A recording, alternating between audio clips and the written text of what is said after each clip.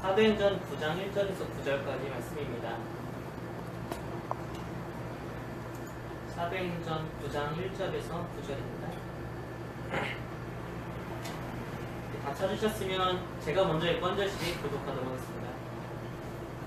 사울이 주의 제자들에 대하여 여전히 위협과 살기가 등등하여 대제사장에게 가서 다메섹 여러 회당에 가져갈 공물을 청하니 이는 만일 그들을 위하는 사람을 만나면 문제를 막론하고 결박하여 예루살렘으로 잡아오려 하리라. 사울이 길을 가다가 다메섹에 가까이 이르더니 후련히 하늘로부터 빛이 그를 둘러 비추는지라.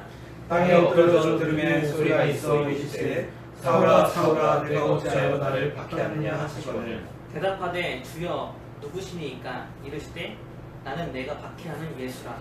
너는 일어나 시내로 들어가라. 내가 행할 것을 내게 이를 자가 있느니라 하시니 같이 가던 사람들은 소리만 듣고 아무도 보지 못하여 말을 못하고 서 있더라. 사울이 땅에서 일어나 눈은 떴으나 아무것도 보지 못하고 사람의 손에 이끌려 다메섹으로 들어가서 함께 사흘 동안에 보지 못하고 먹지도 마시지도 아니하니라. 아멘. 네. 어느덧 사도행전 드라마라고 치면 이제 9부가 시작되었습니다. 이 사도행전은 참 마치 드라마같이 아주 스토리가 정교하고 또 재밌게 잘 짜여져 있어서 그 내용이 이렇게 연결되는 게 보면 참 재밌어요.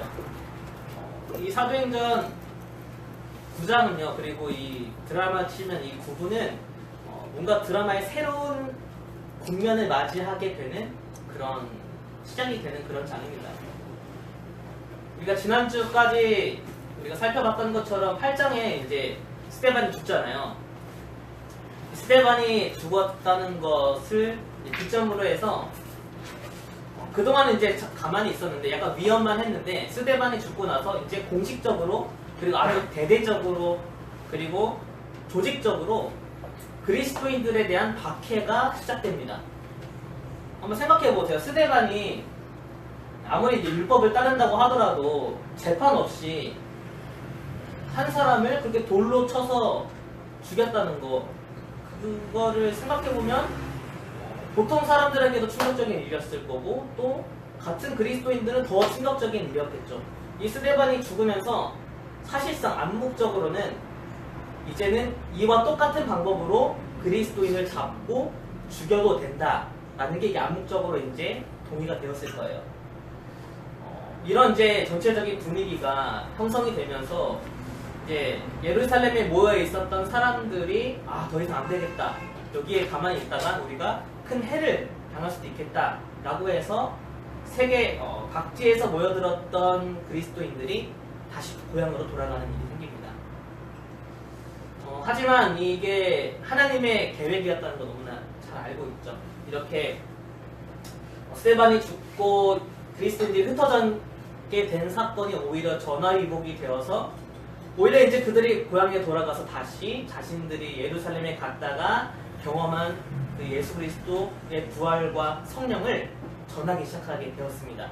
그래서 오히려 이 9장 이후로 예수 그리스도의 이 복음, 십자가의 부활, 십자가 부활 이것이 세계 곳곳에 전해지는 계기가 되었고 교회는 이제 마침내 선교의 시대로 접어들게 됩니다. 그리고 이 선교의 시대에서 가장 중추적인 역할을 했던 것이 바로 사도 바울인데 바로 이 사도 바울이 지난주 8장 끝부분에 아주 엑스트라처럼 나오는 것 같았는데 자연스럽게 9장에 가서 주인공으로 이제 이 모든 나머지 이야기의 중심으로 이제 들어서게 되는 그런 내용입니다. 이 9장, 그러니까 지금은 바울이라고 불리기 전에 사울이라고 불리는 지금 이때 이 사울이 처음 등장하는 이 9장에는요. 그리고 오늘 우리가 함께 읽은 본문에는 아주 중요한 모티브가 하나 나오는데요. 바로 길이라는 모티브입니다.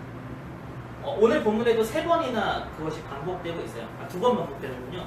2절에 보면 그 도를 따르는 사람, 그러니까 그 길을 따르는 사람이라는 뜻이죠. 그리고 3절에 보면 사울이 길을 가다가, 그리고 오늘 본문은 아니지만 11절에 보면 집가, 직가라는 아주 곧게 뻗은 길이라는 그런 단어가 나오는데, 바로 이 9장을 그리고 사울이 처음으로 예수님을 만나는 이 중요한 사건에서 굉장히 중요한 모티브가 되는 것이 바로 길이라는 것입니다. 길. 그러면서 좀 이런 고민을 한번 해봤어요. 나는 지금 어떤 길 위에 있는가?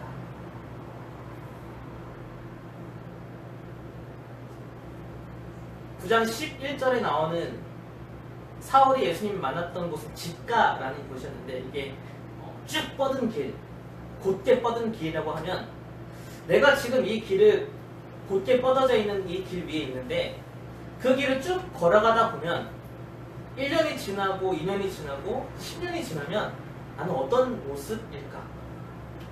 그걸 한번 생각을 해봤습니다. 여러분들은 지금 어떤 길 위에 올라와 있는지를 한번 차분하게 지금 생각을 해보셨으면 좋겠어요. 제가 한번 세 가지로 나눠봤는데, 첫 번째는 직업상의 길입니다. 여기 계신 분 다 똑같은 직업을 목사님 가리시고 갖고 있어서 안수 받으셨으니까 내가 왜 이 길을 위에 있는지, 그리고 이 길을 내가 계속 걸어갔을 때 나중에 나는 어떠한 모습일지를 한번 생각해 보시기 바랍니다. 두 번째 길은 가정 안에서의 길입니다. 나는 지금 가정 안에서 어떠한 길을 걸어가고 있는가? 우리 강명수 전도사님은 아빠가 되는 길을 걸어가고 있습니다.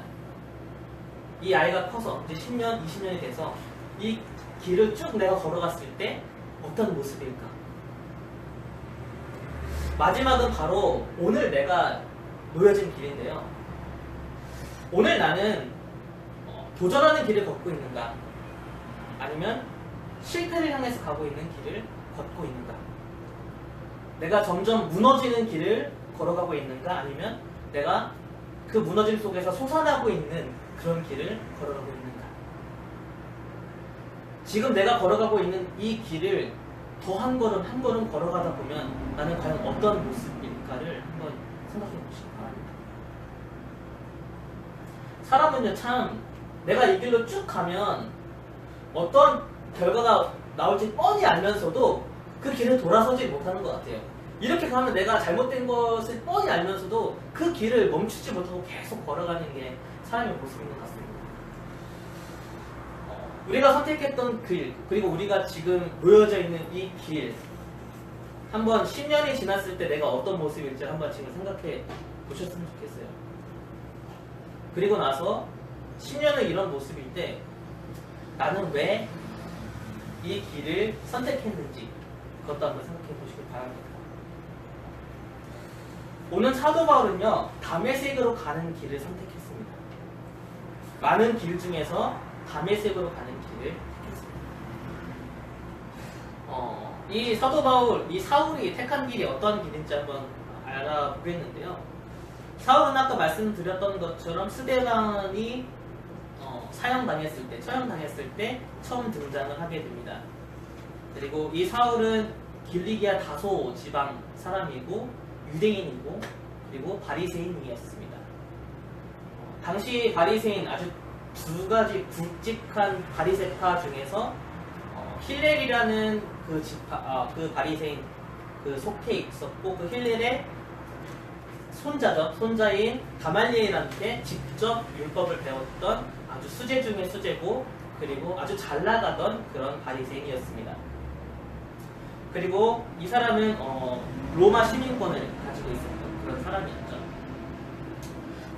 사울은 아마도 이제 많은 사람들이 이렇게 추측을 하는데, 이 사람은 헬라어를 쓰고 있었던 유대인이기 때문에 헬라어를, 그러니까 그리스어를 쓰는 사람들의 회당에서 모여가지고 율법에 대해서 얘기를 하다가 이제 같은 헬라어를 쓰는 스데반이 설교하는 것을 듣고 분노하여서 그때부터 그리스도인들을 잡아야겠다는 마음이 생겼다라고 이렇게 추측을 합니다. 어찌됐건 간에 이 바울이라는 사람이 스데반을 박해하고 죽인 사건 이후로 갑자기 그리스도인들에 대한, 예수님의 그 길을 따라가는 사람들에 대한 살기가 등등하여져서 지금 다메섹으로 그리스도인들을 잡으려고 잡아서 예루살렘을 끌고 가려고 지금 다메섹으로 가고 있습니다. 혈기가 왕성했던 사울이 택한 길은 다메섹으로 가는 길이었고 그 길은 그리스도인을 잡아서 죽이는 길이었습니다. 여기서 이런 질문을 한번 해보았어요. 사울은 도대체 뭘 믿었길래 그리스도를 죽이고 싶을 정도로 그렇게 살기가 등등했을까? 보통 이제 내 의견에 반대되는 사람이 있으면 그냥 뭐 그럴 수 있어. 아니면 그거에 대해서 조금 미운 마음이나 아니면 다투는 마음이 생길지 몰라도 나랑 반대되는 사람한테 죽이고 싶은 마음은 들지 않잖아요. 근데 사울은 도대체 왜 무엇을 믿었길래 그리스도인들을 죽이려고 했을까? 혹시 탄자니아의 하얀 흑인이라는 그 기사를 혹시 보시거나 접한 적 있으십니까? 아프리카에 있는 어린이 중에서 백색병이 걸려서 피부가 전체가 다 하얗게 되는 그런 병을 앓고 있는 그런 아이들이 있어요. 근데 탄자니아에서는 어디서부터 시작되는지 모르겠지만 이 하얀 아이의 신체 일부분을 가지고 있으면 부자가 된다라는 아주 말도 안 되는 그 문장 하나 때문에 그 하얀 흑인을 잡아서 아이들의 신체를 자르고 때로는 죽여서 시체를 팔기도 하는, 그리고 그 하얀 흑인을 지키려고 하는 부모님까지 죽이는 그런 참 잔혹한 일들이 지금도 벌어지고 있습니다. 무엇을 믿느냐에 따라서 참 무서운 결과가 나타나는 것 같아요.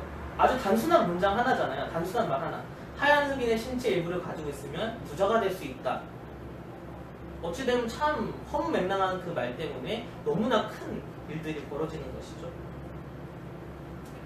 근데 우리에게도 참 우리가 믿고 있는 참 많은 문장들이 성경의 말씀을 가리고 있을 때가 참 많은 것 같아요. 예전에 한 청년이 예배 시간인데 꼬박꼬박 예배 시간 내내 졸고 있는 거예요. 목사님이 설교를 하러 나오셨는데 그 꼬박꼬박 졸고 있는 그 아이의 태도가 마음에 안 드는 거죠. 그리고 주변에서도 막 수근수근 거리는 거예요. 그리고 나서 이제 예배가 끝나고 이제 그 아이를 불러다가 야단을 치는 소리가 여기서 막 들리기 시작합니다. 심지어는 너는 오늘 하나님 말씀을 듣지 않았기 때문에 너는 예배를 드린 게 아니야. 그렇게 혼을 내는 그런 이야기, 그 이야기가 막 들리기 시작하는 거죠. 근데 알고 보니까 이 청년은 밤새도록 생활고 때문에 아르바이트를 하다가 딱 한 시간 자고 예배가 너무 드리고 싶어서 한 시간 딱 자고 와서 예배를 드리러 왔는데 너무나 피곤해가지고 그냥 졸렸던 거죠. 하지만 그 예배 시간에 졸았고 하나님 말씀을 듣지 않았기 때문에 너는 예배를 드린 게 아니야 라는 그 말 한마디 때문에 이 친구가 계속 이제 교회를 다닐 수 있었을 거예요. 물론 이거는 그냥 각색한 이야기지만 이런 얘기 참 많이 우리도 하는 수도 있고 아니면 참 듣는 것 같아요. 예배 늦으면 안 된다. 예배 절대 늦으면 안 된다. 큐티를 매일 하지 않으면 신앙생활 하는 게 아니다. 집 사는데 어떻게 헌금을 안 낼 수가 있냐. 뭐 이게 옳고 그름을 떠나서 이런 말 한마디 한마디가 때로는 어떤 한 사람의 신앙을 무너뜨리고 하나님께로 나아가는 것을 가로막고, 그래서 이 사람이 하나님을 등진다면 이 말 한마디가 결국 그 사람이 생명으로 갈 수 있는 길을 막아선 건 아닌지 한번 생각해 봤으면 좋겠습니다. 혈기가 왕성했던 사울이 택한 길은 그리스도인들을 잡아서 죽이는 이였습니다.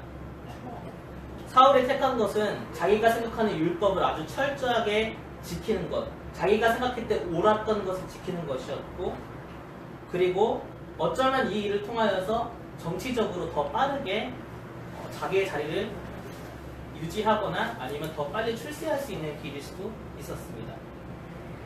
하지만 만약에 사울이 그 길을 계속해서 걸어갔다면 그 길의 끝에는 과연 뭐가 있었을까요? 결국에는 하나님의 심판을 피할 수 없었을 것입니다. 사울이 갔던 다메섹은 굉장히 그 당시에는 큰 도시였습니다. 지금으로 치면 시리아라는 한 큰 나라, 예전에는 아람이라는 그 나라의 수도였고, 그리고 참 많은 그리스도인들이 살았던 도시였습니다. 유대인들이 참 많이 살았기 때문에 그곳에는 회당이 참 많았고, 그래서 사울이 가장 먼저 택한 장소가 바로 그 다메섹이라는 도시였습니다. 이왕 할 거면 제대로 더 많은 그리스도인들을, 더 많은 회당이 있는 곳에 가서 내가 열심을 다해서 그 그리스도인들을 다 잡아서 예루살렘으로 끌고 오겠다라는 공식적인 체포영장까지 받아서 아주 제대로 한번 해보겠다라고 다메섹으로 가고 있었습니다. 그리고 오늘 본문을 보니까 동행하는 사람들도 분명히 있었습니다. 오직 마음의 살기로만 가득하고 그리스도인을 죽이겠다는 그 마음으로 가득하여서 원어상의 표현을 보면 이것이 마음에 가득 차서 내뿜는 호흡 그리고 내뿜는 말 모든 것이 다 살기로만 가득한 상태, 그 상태로 아주 그리스도인들을 죽이려는 그 마음 가득히 다메섹으로 가고 있었어요.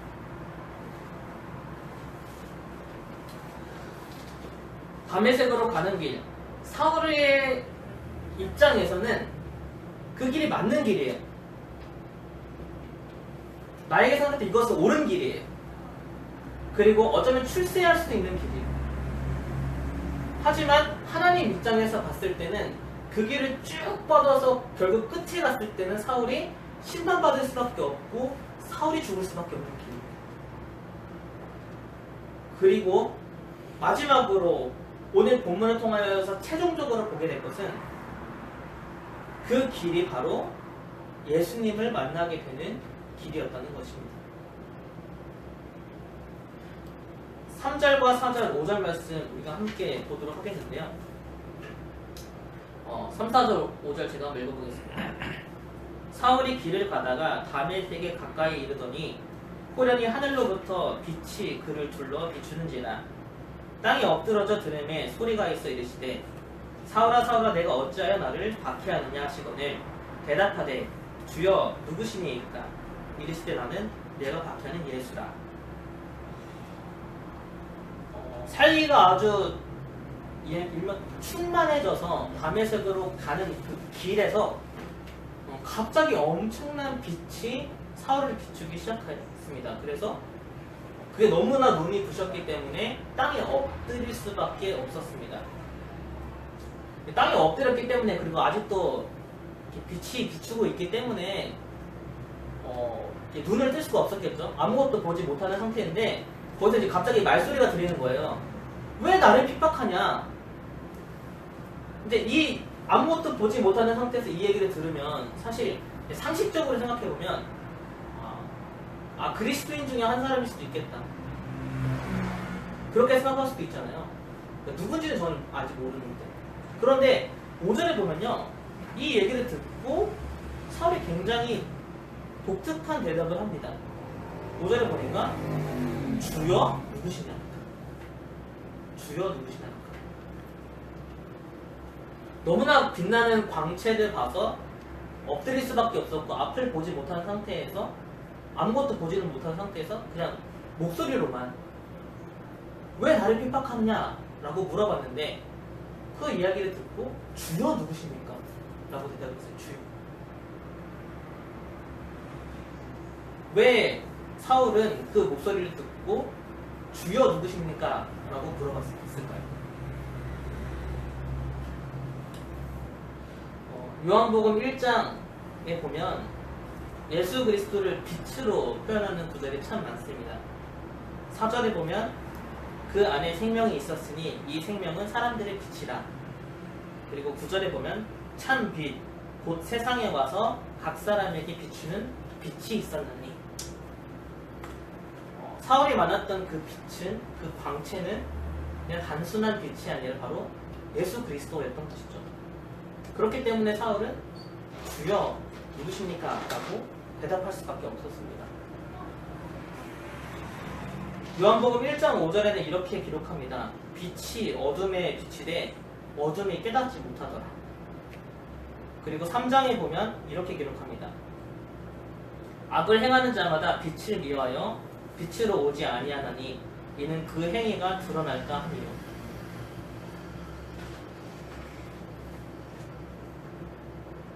이 땅에 오셔서 모든 사람들을 비추는 빛, 바로 예수 그리스도가 우리에게도 오셔서 우리를 비추시는데, 문제는 우리가 그 빛으로 나오기를 싫어한다는 것입니다. 빛은 어둠을 드러내기 때문에 그 빛 앞에서 우리의 죄도 드러나고, 우리의 악함도 드러나고, 우리의 잘못된 동기도 드러나고, 우리의 잘못된 계획들, 우리의 욕심도 다 드러나기 때문에, 그래서 우리가 빛으로 나오기를 싫어한다는 것입니다. 우리가 어떤 길을 가든지 간에 때로는 그 길 위에 갑자기 빛이 비출 때가 있습니다. 그래서 이런 생각을 합니다. 아, 내가 잘 가고 있는 건가? 이 길이 맞는 건가? 분명 이 길이 맞다고 생각했는데 왜 이렇게 공허하지? 왜 이렇게 잘못된 것 같지? 어쩌면 내가 잘못된 길을 지금 가고 있는 건 아닐까? 우리가 걸어가고 있는, 우리가 하고 있는 그 일 속에 갑자기 이런 빛이 비출 때가 있어요. 이렇게 우리의 삶에 빛이 비쳤을 때 우리는 우리의 어두움과 바로 직면하게 됩니다. 내 동기의 악함, 내 잘못된 계획, 내 실수, 내 연약함, 그러한 내 어두움과 직면하게 되는 것이죠. 우리가 우리의 삶에 때로는 갑자기 비춰오는 이 빛 때문에 내 어둠, 내 악함, 내 죄와 직면하게 될 때 우리는 그때 그 길을 피하는 것이 아니라 오히려 더 빛을 향해서 나가야 합니다. 때로는 하나님 앞에서 내 욕망이 아주 철저하게 밝혀질 때, 내가 가진 너무나 악한 면들이 고발당해질 때, 내 어둠과 내 숨겨져 있던 그런 감정들이 마구마구 올라와서 이 모습을 내가 직면해야 될 때, 그렇게 내가 무너질 것 같고 실패한 거라고 판명이 날 것 같고 내가 잘못 선택했다는 게 분명히 드러나고, 그리고 결국에는 좌절하고 내 존재 자체가 흔들리는 그런 아주 내가 무너지는 그 순간, 내 어둠이 다 드러나는 그 순간이 오히려 은혜이고 더 빛을 향해 나아가야 될 때입니다. 사울을 한번 생각해 보세요. 그냥 있는 거라고는 살기밖에 없었어요. 얼마나 열심히 율법을 공부했고 얼마나 뛰어난 사람들한테 배웠는지 그것이 맞다고, 옳은 길이라고 확신을 하고 그 길을 걸어갔는데, 갑자기 비춰진 빛 앞에 너무나 연약하게 그냥 땅에 엎드릴 수밖에 없었습니다. 예수 그리스도를 믿는 사람들을 다 죽이겠다는 그 한 가지 신념을 가지고 갔는데, 그 사람들이 줄곧 얘기했던 그 부활하신 주님이 내 앞에 나타난 거예요. 가짜라고 생각했는데, 거짓말이라고 생각했는데 그 예수님이 진짜 내 앞에 나타난 거예요. 그 순간 사울한테 어떤 감정이 들었을까요? 내가 그동안 잘못 살았구나. 내가 잘못된 길을 걸어가고 있었구나. 정말 예수님이 살아계셨구나. 그렇다면 나는 하나님 앞에서 얼마나 큰 죄를 짓고 있었구나. 나는 도대체 뭘 믿고 있었고, 내가 믿고 있었던 것이 얼마나 허무맹랑한 일이었고, 하나님 앞에서 내가 지금 얼마나 큰 악을 범하고 있는지, 그렇기 때문에 엎드릴 수밖에 없었고 무너질 수밖에 없었던 것이 지금 바로 바울의 상황입니다. 4절에 보면요, 땅이 엎드려졌다라고 기록하는데요, 이 엎드린다는 표현이 그냥 단순히 땅에 엎어진다라는 표현이 아니라 원어상으로 보면 떨어지다, 그리고 넘어진다, 멸망한다, 상실된다, 붕괴된다, 사라져버린다, 한마디로 그냥 죽는다라는 표현이에요. 그 말을 듣고 그냥 죽은 거예요. 그런데 6절에 보면 일어나라, 예수님이 일어나라 라고 기록하는데, 이 일어나라 라는 표현은 그냥 몸을 일으킨다 라는 뜻이 아니라 살아난다, 부활한다 라는 뜻입니다. 그러니까 지금 사울은 단순히 눈을 어두워서 땅에 엎드렸다가 일어나라고 해서 일어난 이 동작이 아니라 예수 그리스도 앞에서 자신이 죽고 다시 새 생명으로 태어나는 그런 정말 예수님을 만나는 경험을 지금 하고 있습니다. 이 경험이 앞으로 바울의 삶 전체를 이끌어갈 것입니다. 바울이 그렇게 죽도록 예수 그리스도만을 전했던 그 한 가지 동기가 있다면 바로 오늘 그 살아계신 주님을 만났고 그 앞에서 자신은 죽고 다시 예수 그리스도 그 새 생명으로 태어났기 때문입니다. 아마도 바울은 오늘 이 경험을 기억하면서 갈라디아서를 쓰며 이런 고백을 했던 것 같습니다. 내가 그리스도와 함께 십자가에 못 박혀 죽었나니 그런즉 이제는 내가 사는 것이 아니요 오직 내 안에 그리스도께서 사시는 것이다. 이제 내가 육체 가운데 사는 것은 나를 사랑하사 나를 위하여 자기 자신을 버리신 하나님의 아들을 믿는 믿음 안에서 사는 것이다. 지금 당신을 따라 살아가고 있는 그 사람들을 죽이러 가는 나를, 그런 나까지도 사랑하셔서 나를 위해 죽으신 그 그리스도, 그분만을 위해 이제 살아가겠다. 우리 오늘 말씀 6절에 보면 이렇게 기록되어 있습니다. 너는 일어나 시내로 들어가라. 내가 행할 일을 내게 이룰 자가 있느니라. 단순히 예수님은 이제 이 사도 바울을 새롭게 하고 살리고 일으키는 것으로 끝나지 않고 너가 할 일이 있다라는 것을 분명히 알려줍니다. 너가 할 일이 있다. 여기서 너가 할 일이 있다라는 표현은 정말 좀 특별한 단어예요. 사실 굉장히 특별한 단어인데 하나님이 반드시 하시는, 어떤 일이 있어도 반드시 하시는 그 구원의 일, 바로 그거를 표현할 때 쓰는 단어로 여기 행할 일이라고 기록하고 있습니다. 그러니까 사울은 이제 자기의 신념을 따라서 예수님을 믿는 사람을 박해했던 그 예전의 삶은 오늘 이후로 완전히 사라지고 이제 새롭게 걸어가는 그 길은 바로 하나님이 반드시 이루실 그 구원의 일, 하나님이 이루실 그 일을 성취해 나가는 그런 생명의 길을 이제는 걷게 된다는 것입니다.